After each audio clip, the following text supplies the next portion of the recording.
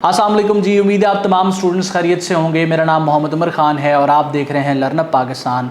आज की इस लेक्चर में हम क्वांटिटेटिव रीजनिंग के एक और लेक्चर को डिस्कस करने वाले हैं। आप तमाम बच्चों के साथ प्रीवियसली हमने क्वांटिटेटिव रीजनिंग और वर्बल रीजनिंग को प्रिपेयर करने के लेक्चर्स जो है वो शेयर किए हैं। आज का लेक्चर क्वांटिटेटिव रीजनिंग का लेक्चर नंबर 3 है। प्रीवियस लेक्चर में हमने परसेंटेजेस के हवाले से डिस्कस किया था और उससे पहले लेक्चर में मैंने आपको बताया था कि क्वांटिटेटिव रीजनिंग में कितनी तरह के क्वेश्चंस आते हैं और हर कैटेगरी के सैंपल क्वेश्चन को हमने डिस्कस किया था। आज का जो हमारा लेक्चर है वो रेशियो एंड प्रोपोर्शन के हवाले से है। सबसे पहले तो हम अंडरस्टैंड करते हैं कि ये जो रेशियो है ये होती क्या है और उसके बाद हम प्रोपोर्शन को अंडरस्टैंड करेंगे। देन इसके सैंपल क्वेश्चंस मैं आपके साथ शेयर करूंगा और उसको सॉल्व करके आपको बताऊंगा कि किस तरीके से आप जो है वो रेशियो और प्रोपोर्शन के क्वेश्चंस को सॉल्व कर सकते हैं। अच्छा, इसमें सबसे पहले आपने ये चीज़ अंडर कंसिडरेशन रखनी है कि ये जितनी कैटेगरीज हम पढ़ रहे हैं ये सारी मैट्रिक और इंटरमीडिएट में आप ऑलरेडी पढ़ चुके हैं और ये बेसिक मैथ का हिस्सा है। रेशियो का मतलब ये है कि जब भी आप दो चीज़ों का कंपैरिजन करें, रेशियो हमेशा कंपैरिजन के लिए इस्तेमाल होगा। जिस तरीके से आप ये पेन मेरे पास देख रहे हैं तो इसको अगर मैं किसी दूसरे सेम यूनिट के साथ कंपेयर करूंगा तो उस कंपैरिजन को हम रेशियो कहेंगे। और इस कंपैरिजन का पर्पस ये होगा कि हम जो है वो क्वांटिटी को क्लैरिफाई कर सकें या इसकी किसी एक स्पेसिफिक परसेंटेज को क्लैरिफाई कर सकें। जिस तरीके से a ratio is a way to compare two things, तो मिनिमम दो चीज़ें होनी चाहिए या दो से ज़ायद चीज़ें होनी चाहिए और इन दो या दो से ज़ायद चीज़ों को कंपेयर करने का पर्पज़ ये है कि इनके दरमियान रिलेशन बताया जा सके। जिस तरीके से ये एक पेन है जिसका रिलेशन हम दूसरे किसी पेन के साथ शो करके बताना चाहते हैं कि ये पेन जो है उस दूसरे पेन से क्वांटिटी में ज़्यादा है या साइज़ में बड़ा है, कोई एक स्पेसिफिक इसकी फीचर दिखाना चाहें, लेकिन शर्त यह है कि जो दो चीज़ें हैं वो सेम क्वांटिटी की होनी चाहिए। जिस तरीके से अब यहाँ ए है, इसके पास 2 एप्पल्स हैं और जो बी है उसके बाद यहाँ 3 एप्पल्स हैं।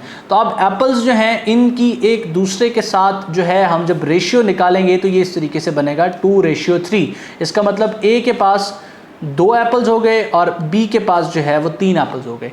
तो रेशियो हमेशा इस चीज़ के लिए जो है वो निकाली जाती है। उसके बाद जो है हम प्रोपोर्शन की तरफ बढ़ते हैं। प्रोपोर्शन जो है हमेशा 2 इक्वल रेशियोज़ को शो करता है। जिस तरीके से आप यहाँ एग्जाम्पल देख रहे हैं कि पहले केस में हमारे पास जो रेशियो है वो 2:1 है। हम उसी एग्जाम्पल को कंटिन्यू करते हैं कि ए के पास जो है वो 2 एप्पल्स हैं और इसी तरह बी के पास जो है वो 1 एप्पल है। तो रेशियो क्या बन गई? 2:1। ठीक है।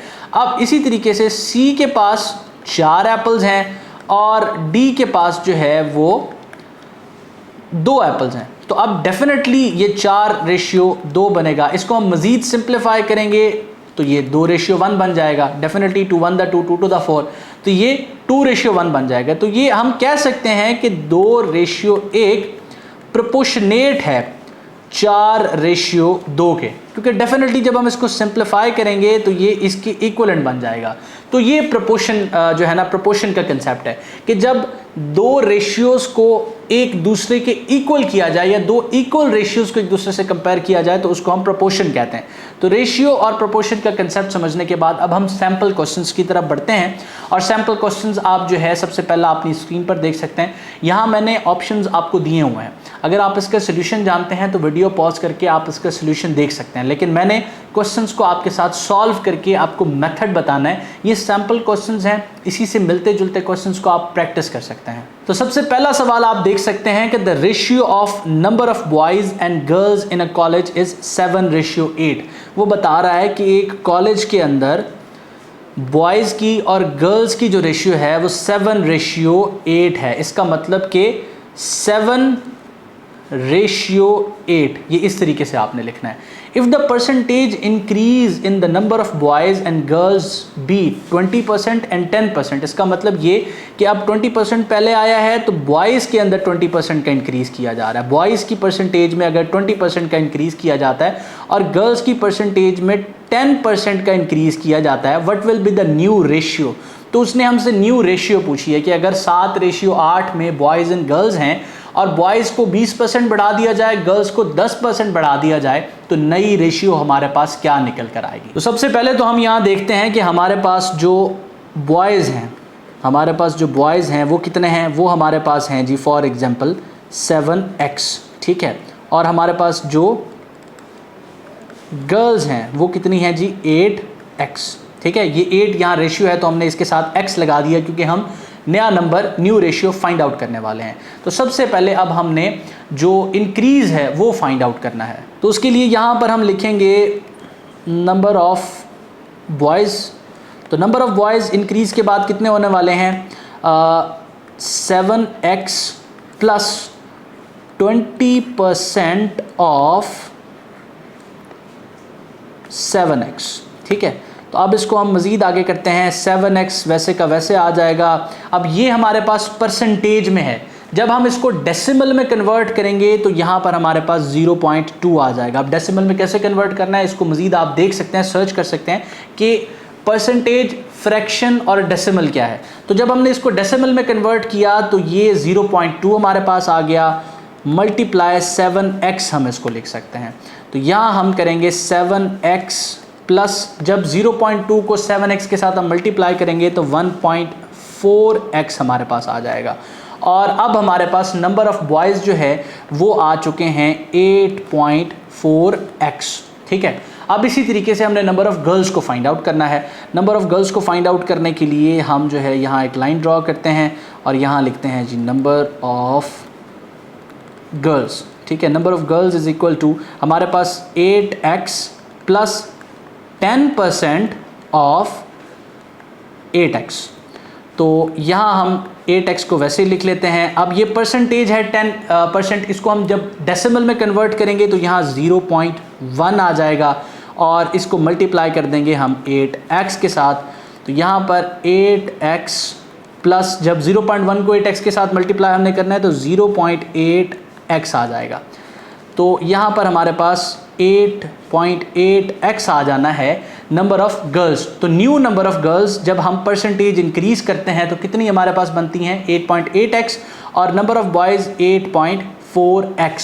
अब हमने न्यू रेशियो लेनी है, तो न्यू रेशियो लेने के लिए हम क्या करेंगे, हम न्यू रेशियो लेने के लिए 8.4x को ऊपर रखेंगे क्योंकि ये नंबर ऑफ़ बॉयज़ हैं। इंक्रीज़ के बाद, परसेंटेज इंक्रीज़ के बाद नंबर ऑफ़ बॉयज़ हमारे पास जिस तरीके से मैंने बताया कि 8.4 बने थे, तो इसको हमने ऊपर रख लिया और नंबर ऑफ़ जो गर्ल्स थी 8.8x उसको हमने नीचे रख लिया। ठीक है, अब सबसे पहले तो हमने जो है x के साथ x को काट दिया, हमारे पास बना जी 8.4 डिवाइडेड बाय 8.8।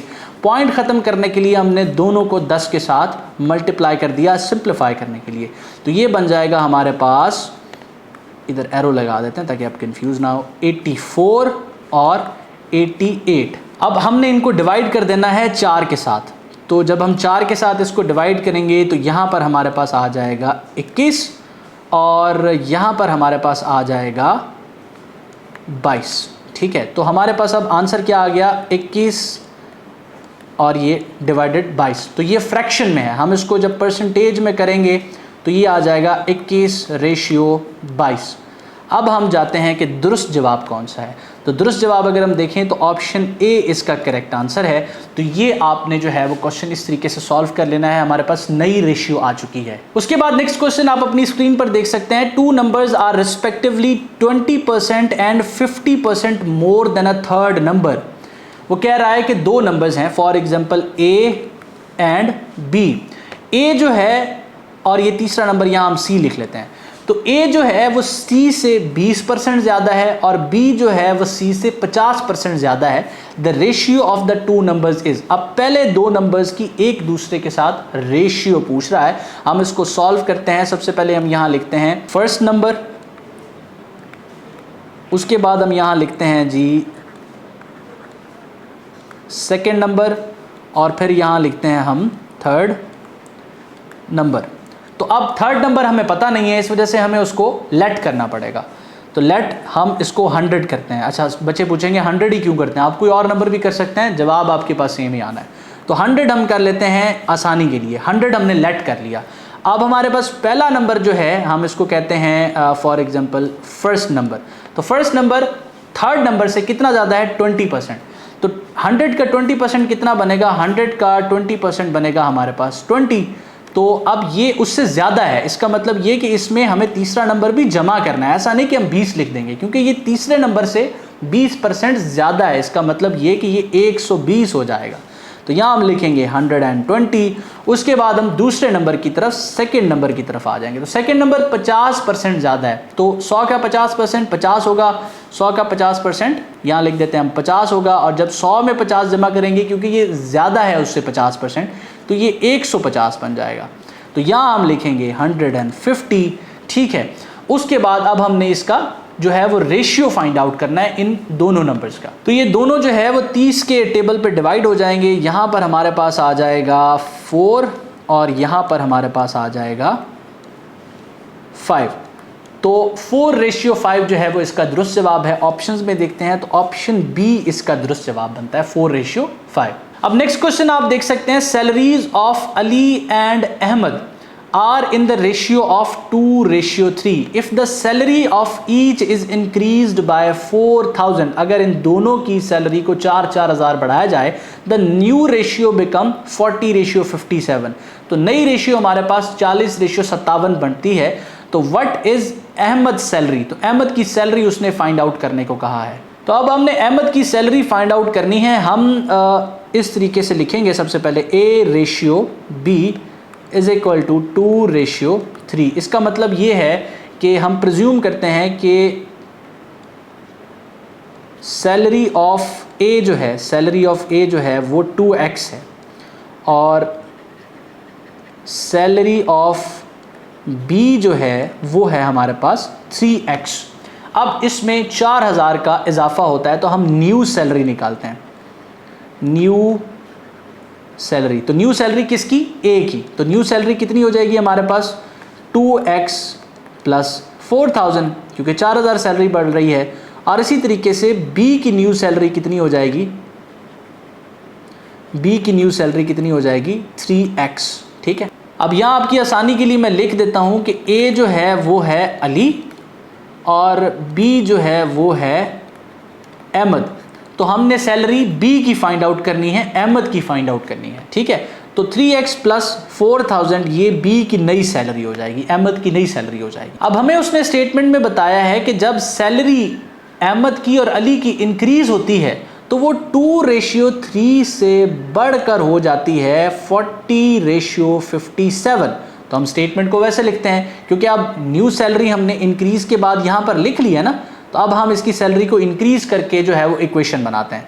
तो यहाँ मैं इसके कलर को तब्दील कर लेता हूँ ताकि आपके लिए समझना आसान हो। तो अब यहाँ हम लिखेंगे सबसे पहले ए की सैलरी 2x प्लस 4,000, उसके बाद हम रेशियो डालेंगे और रेशियो में लिखेंगे 3x प्लस 4,000। ये हो गई हमारे पास बी की सैलरी। और इक्वेशन के अकॉर्डिंग ये इक्वल हैं 40:57 के, ठीक है, 40:57। अब आप तमाम लोग जानते हैं कि ये रेशियो में लिखा हुआ है। जब रेशियो को हम कन्वर्ट करते हैं डेसिमल में तो ये रेशियो का साइन तब्दील हो जाता है इस साइन में। फॉर एग्जांपल A/B लिखा था तो फ्रैक्शन में इसको A/B इस तरीके से हम लिख सकते हैं। तो हमने वही करना है कि 2x प्लस 4,000 इसको हम फ्रैक्शन में ले जाएंगे 3x प्लस 4,000 और इक्वल कर देंगे 40 फ्रैक्शन का साइन और ये 57। अब यहाँ हमने इसको करना है क्रॉस मल्टीप्लाई। क्रॉस मल्टीप्लाई करने के लिए हमने क्या करना है, क्रॉस मल्टीप्लाई करने के लिए हम करेंगे 57 को इसके साथ मल्टीप्लाई और 40 को इसके साथ मल्टीप्लाई। तो 57 यहाँ डिवाइड हो रहा है, यहाँ जाके इसने मल्टीप्लाई होना है। तो 57 ने आके मल्टीप्लाई हो जाना है सबसे पहले 2x के साथ, फिर 57 ने मल्टीप्लाई हो जाना है किसके साथ, 4,000 के साथ। इसी तरीके से यहाँ फिर से कलर चेंज करते हैं ताकि आपके लिए समझने में मुश्किल ना हो। हाँ, उसके बाद यहाँ आ जाएगा हमारे पास इक्वल टू का साइन और इक्वल टू के बाद ये जो 40 है इसने आके यहाँ मल्टीप्लाई हो जाना है। तो 40 मल्टीप्लाई हो जाएगा किसके साथ, 3x के साथ और प्लस का साइन आ जाएगा। इसी तरीके से 40 ने मल्टीप्लाई हो जाना है आके 4,000 के साथ। अब हम यहाँ पर इसका आंसर लिखते हैं। तो जब 57 को हम 2 के साथ मल्टीप्लाई करेंगे तो यहाँ पर हमारे पास 114x आ जाएगा और जब 57 को हम मल्टीप्लाई करेंगे 4,000 के साथ तो हमारे पास 2,28,000 आ जाएगा। यूनिट 10, 100,000, 10,000 लाख, 2,28,000 और ये इक्वल हो जाएगा 40 को हम 3x के साथ मल्टीप्लाई करेंगे तो हमारे पास 120x आ जाएगा और प्लस हमने करना है 40 को जब 4000 के साथ मल्टीप्लाई करेंगे तो हमारे पास आ जाएगा 1,60,000। ठीक है, अब 1,60,000।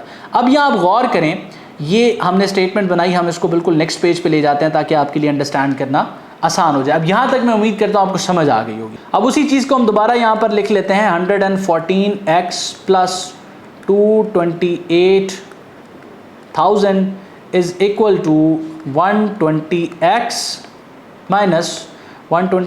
माइनस हम यहाँ पर कर लेंगे हमारे पास 1,60,000 की अमाउंट थी। ठीक है, अब ये 160 जो है यहाँ माइनस हो रहा है, इधर जाकर इसने, उसके बाद इसमें हम प्लस करके लिख देते हैं 1,60,000 रुपये। अब ये 1,60,000 जो है यहाँ प्लस हो रहे हैं, यहाँ जाके माइनस हो जाएंगे, और ये 114 यहाँ प्लस हो रहे हैं, यहाँ आके माइनस हो जाएंगे। तो 228,000 minus 160,000 is equal to 120x minus 114x। हमारे पास यहाँ अमाउंट बनेगी 68,000 इज इक्वल टू 6x। ठीक है, तो x is equal to 68,000 divided by 6। अब ये हमारे पास x की वैल्यू आ चुकी है। ठीक है, अब आप तमाम लोग जानते हैं कि हमने किसकी सैलरी फाइंड आउट करनी है, हमने सैलरी फाइंड आउट करनी है अहमद की। ठीक है, जो कि हमारे पास B था। यहाँ पर आप देखें, हमने सैलरी फाइंड आउट करनी है किसकी, अहमद की, जो हमारे पास कौन है, B है। तो आप उसके लिए हमारे पास उसकी न्यू सैलरी का क्या फॉर्मूला आया था, हमारे पास यहाँ पर उसकी न्यू सैलरी का फॉर्मूला था, ये देखें आप, 3x प्लस 4,000, ये उसकी सैलरी का फॉर्मूला था। अब हमारे पास क्योंकि x की वैल्यू आ चुकी है तो हम इसको यहाँ पर लिख लेते हैं। तो इस तरफ आप ज़रा तवज्जो डालेंगे कि 3x, तो हम इसको यहाँ पर ले आएंगे, इस तरफ आप अपनी तवज्जो मरकूज़ करेंगे कि 3x प्लस 4,000 ये उसकी न्यू सैलरी थी। तो 3, अब यहाँ पर हमारे पास x की वैल्यू है, ठीक है, 68,000 डिवाइडेड बाय 6, और उसमें प्लस कर देने हमने 4,000। तो 3 1 द 3, 3 2 द 6, उसके बाद 2 1 द 2, 2 34,000 द 68। ठीक है, अब ये 34,000 हमारे पास यहाँ पर है, और उसमें हमने जमा करने हैं 4,000। तो 4,000 जमा करने के बाद हमें आंसर मिलेगा 38,000 का।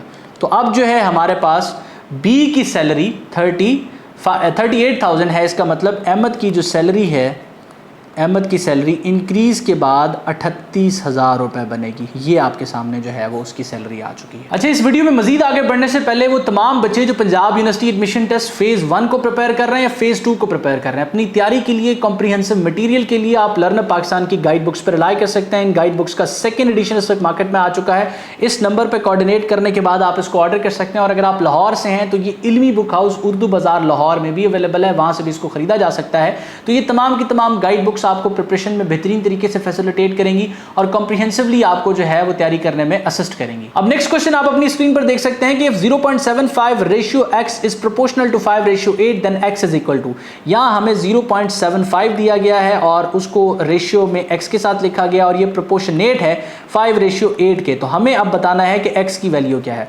तो हम यहाँ इसको लिख लेते हैं a ratio b is proportional to c ratio d। अब आप तमाम लोग जानते हैं कि हमारे पास a की वैल्यू भी है, ठीक है, हमारे पास b की वैल्यू नहीं है, हमारे पास c की वैल्यू भी है, हमारे पास d की वैल्यू भी है। तो हमने क्या करना है कि a, अब यहाँ पर क्योंकि अगर हम इसको इस तरीके से लिखें फ्रैक्शन में, तो आप तमाम लोग जानते हैं कि ये इस तरीके से भी लिखा जा सकता है। तो अब यहाँ d डिवाइड हो रहा है, यहाँ जाके मल्टीप्लाई हो जाएगा, यहाँ b डिवाइड हो रहा है, यहाँ जाके मल्टीप्लाई हो जाएगा। तो a cross d is equal to c cross b। हम वैल्यूज को पुट करते हैं, हमारे पास a की वैल्यू है, बिल्कुल है 0.75, मल्टीप्लाई करते हैं, हमारे पास d की वैल्यू है, बिल्कुल है 8, इज इक्वल टू हमारे पास c की वैल्यू है, बिल्कुल है, क्रॉस b की वैल्यू नहीं है, x लिख देंगे।